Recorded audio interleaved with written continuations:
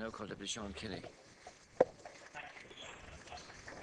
And I want to support the cemetery management bill being proposed by Deputy Ian Maloney, and I want to commend him for bringing it forward.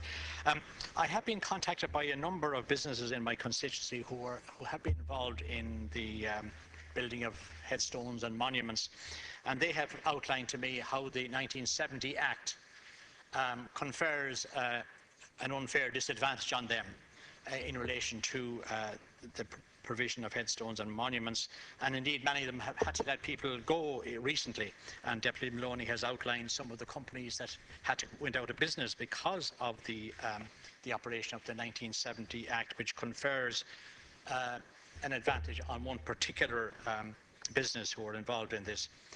And I want to support the proposal in Deputy Maloney's bill to provide a regulator who would regulate this area, and I think that's common sense. I also want to refer to the question of the burial costs, which have been raised by others as well, and I think it's relevant to the whole question of the matter in the bill as well. I mean, in the city of Dublin, it is well known that funeral costs are 4 or 5 times what they are throughout the rest of the country, and I think that is and that is a particular problem for families who are, particularly people of low income, who have to borrow substantial sums of money in order to pay for funeral costs. They have to go to many cases they go to the HSE to get an exceptional needs payment, in order to meet some of these costs.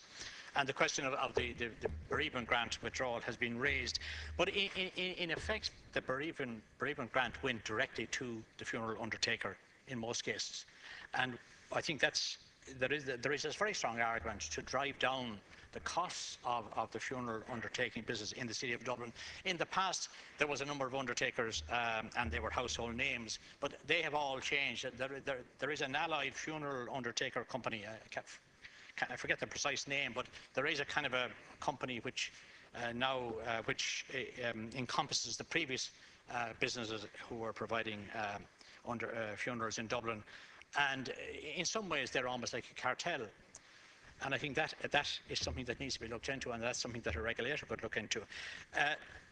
I think the Minister mentioned also the changes in the patterns of funerals in recent years, and that is true. I mean, it was the custom, and it's particularly noticeable in Dublin, that the remains were brought to the church the evening before, and then there was a mass and burial the next morning.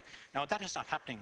Maybe it's because of the fact that the churches don't have the clergymen to handle it, but in most cases the remains stay in a funeral parlour overnight, and then go to the church the next morning for ceremony and burial. And that is increasing the cost. There's also noticeable that a number of undertakers have opened funeral parlours, in areas where they never existed before. There's one in Kilbarrack, there's one in Edenmore, and these are the funeral parlours that are used overnight, where in the past that the remains would have been in a church. And I think that needs to be something that needs to be looked into. This, as has been said, a burial is something that is a traumatic occasion for a family to have to go through. Then they like to put on. They like to have a kind of there's an Irish saying, he was buried decently, and people do like to bury their relatives decently, and very often that includes. Sometimes people go overboard. You see a number of limos at a funeral, and you often wonder, why is it necessary to go to that extent? But perhaps it's an Irish characteristic, and funerals are something that we've sort of celebrated in the past, and maybe sometimes they were over-celebrated. But nevertheless, I think this bill does address that issue of the cost and the lack of competition, which is another matter. So I know some of my colleagues have asked me to share time with them, and I think Deputy Eric Byrne wants to share time as well. So I conclude now, Last Corla.